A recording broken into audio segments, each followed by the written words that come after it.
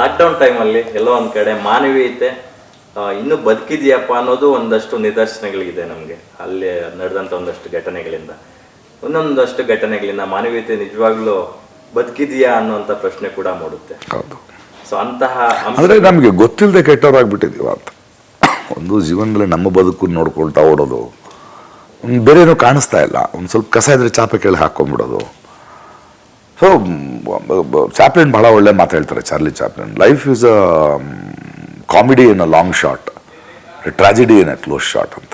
ತುಂಬ ದೂರದಿಂದ ನೋಡಿದಾಗ ಒಂದು ಕಾಮಿಡಿಯಾಗಿ ಕಾಣುತ್ತೆ ಅದು, ಅಥವಾ ಏನೊಂದು ಇವೆಂಟ್ ಥರ ಕಾಣುತ್ತೆ. ಹಾಗೆ ನಾವು ಕೋವಿಡನ್ನು ನೋಡಿದ್ವಿ ಟೆಲಿವಿಷನ್ಗಳಲ್ಲಿ, ಅಲ್ಲಲ್ಲೇ ಬರ್ತಿರೋ ಮಾಧ್ಯಮಗಳ ಮೂಲಕ ಅಥವಾ ನಮ್ಮ ಪಕ್ಕದಲ್ಲಿರೋ ಕಥೆಗಳ ಮೂಲಕ.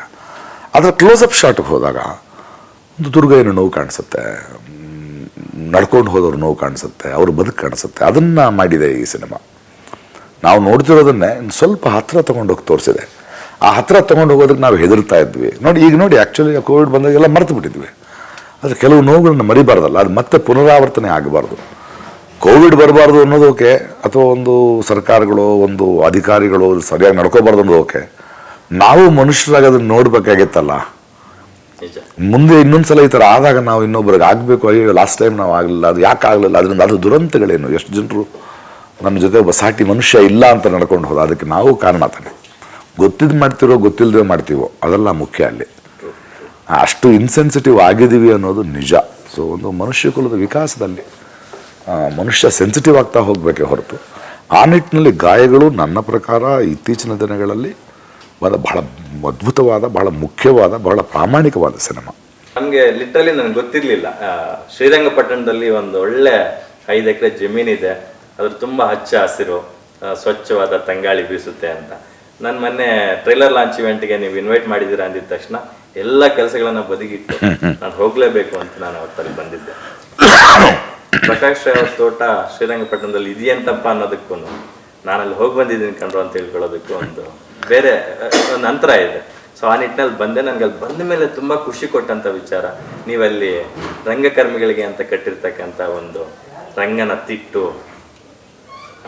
ಮತ್ತು ಅಲ್ಲಿ ನಿರ್ದಿಗ ಅಂತದಕ್ಕೆ ಹೆಸರಿಟ್ಟು ಅಲ್ಲಿ ಅವ್ರನ್ನೆಲ್ಲ ನೀವು ಪೋಷಿಸ್ತಾ ಇರ್ತಕ್ಕಂಥ ವಿಧಾನ ಪರಿ ನೋಡಿದಾಗ ನಮಗೆ ಒಂಥರ ತುಂಬ ಆಪ್ಯ ಇದೆ ಅನಿಸ್ಬಿಡ್ತು.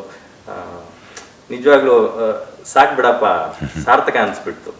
ಸೊ ಈ ಟ್ರೈಲರ್ ಲಾಂಚ್ಗೆ ಡಾಲಿ ಅವ್ರು ಕೂಡ ಅಲ್ಲಿ ಬಂದಿದ್ರು. ಅವರು ಮಾತಾಡ್ತಾ ಒಂದು ಮಾತನ್ನು ಹೇಳ್ತಾರೆ, ಇರೋರು ಯಾವಾಗಲೂ ಇಲ್ಲದೇ ಇರೋರ ಬಗ್ಗೆ ಸ್ವಲ್ಪ ಯೋಚನೆ ಮಾಡ್ತಾನೆ ಇರಬೇಕಾಗುತ್ತೆ ಅಂತಕ್ಕಂಥ ಮಾತನ್ನು ಹೇಳ್ತಾರೆ. ಅದು ತುಂಬ ನಾಟ್ತು ನನಗೆ. ಅದ್ರ ಬಗ್ಗೆ ಏನು ಹೇಳ್ತಾರೆ ನೋಡಿ, ನಿರ್ದಿಗಂತಲ್ಲಿ ನಾನು 10 ಜನ ಪೋಷಿಸ್ತೀನಿ ಅನ್ನೋ ಮಾತು ತಪ್ಪು. ಅದು ಪೋಷಣೆ ಅಲ್ಲ. ನಿರ್ದಿಗಂಧದಲ್ಲಿ ನಾನು ಮತ್ತು ಹಲವಾರು ರಂಗಭೂಮಿಯ ಕಲಾವಿದರು ಏನು ಮಾಡ್ತಿದ್ದೀನೋ, ನನ್ನ ಜೀವನದಲ್ಲಿ ಭಾಳ ಜನ ನನಗೆ ಮಾಡಿದ್ದಾರೆ.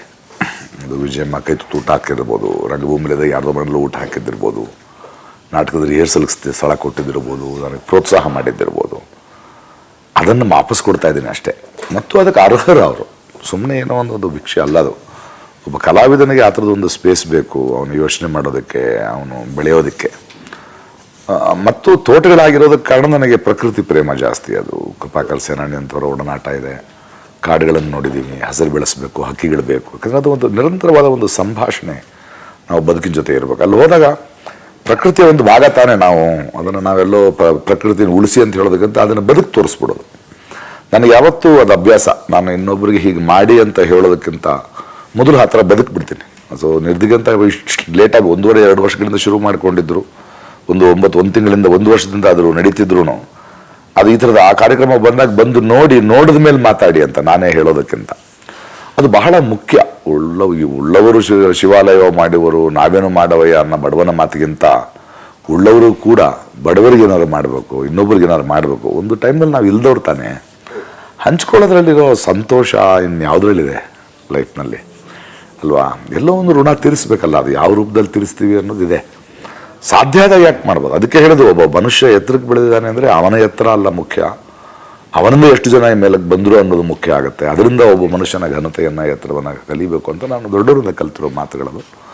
ಅದರಿಂದ ಅನುಭವಿಸಿದವನು ಕೂಡ ನಾನು ಆ ಥರದ ಒಂದು ಕೊಡುವಿಕೆಯಿಂದ, ಆ ಥರದ ಒಂದು ಧಾರಾಳ ಮನಸ್ಸುಗಳಿಂದ. ಹಾಗಾಗಿ ಅದನ್ನು ನಾನು ಹಂಗೆ ಮಾಡಲೇಬೇಕು.